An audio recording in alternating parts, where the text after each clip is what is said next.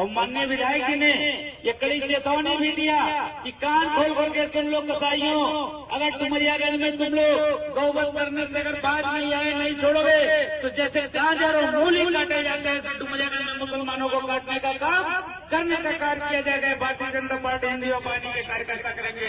ऐसी चेतावनी देने के बाद अगर अब कोई भी कसाई अगर इस तरह से दिखाई दिया गौवध करने की चेष्टा है उनमें मन उनके दिमाग में मनसा में अगर आएगा तो गाजर और मूली की तरह काटने का काम हम सब करेंगे, पूरे हिंदू जनमानस के साथ करेंगे।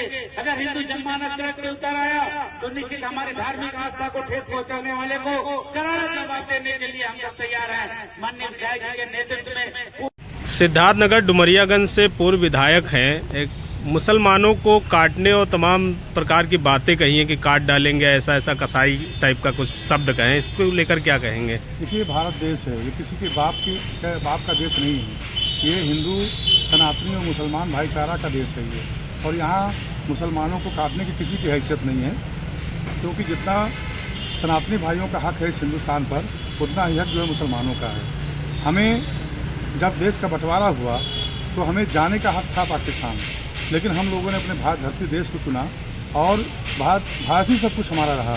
और भारत देश के लिए क्या कहते हैं वीर अब्दुल हमीद साहब शहीद हुए, और क्या कहता है अशफाकुल्लाह जी शहीद हुए, और आपके अगर आज APJ अब्दुल कलाम देश के राष्ट्रपति जो वैज्ञानिक ना होते तो आज शायद परमाणु बम हम ना पाते।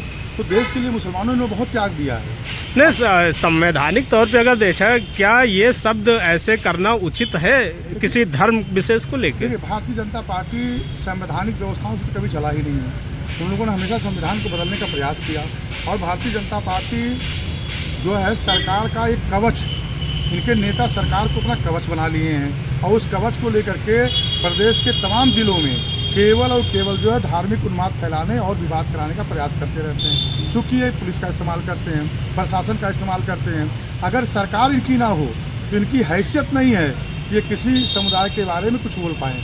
और इससे पहले अगर आप उठा लें, आप 10 साल 15 साल पहले, तो शायद ये लोग जो है कभी किसी मामले में इस तरीके से नहीं बोल पाते थे, लेकिन इनको सरकार का बल मिला है। पुलिस इनकी है, लाठी इनकी है, कानून इनका है, सरकार इनकी है। ये कुछ नहीं पाएंगे तो हमारा मकान ही गिरवा देंगे, कुछ नहीं पाएंगे तो हमारे नेताओं को जेल भिजवा देंगे, कुछ नहीं पाएंगे तो क्या कहते हैं बुलडोज करा देंगे मकानों को। तो कहीं ना कहीं ये देखने को मिलता है कि भारतीय जनता पार्टी केवल तानाशाही वाला काम करती है, और भारतीय जनता पार्टी का मकसद सिर्फ इतना है कि हम सरकार में रहें। देश के नागरिक सनातनियों तक की हालत कितनी ख़राब हो रही है, मुसलमान कितना परेशान बर्बाद हो रहा है, इससे भारतीय जनता पार्टी को मतलब नहीं है।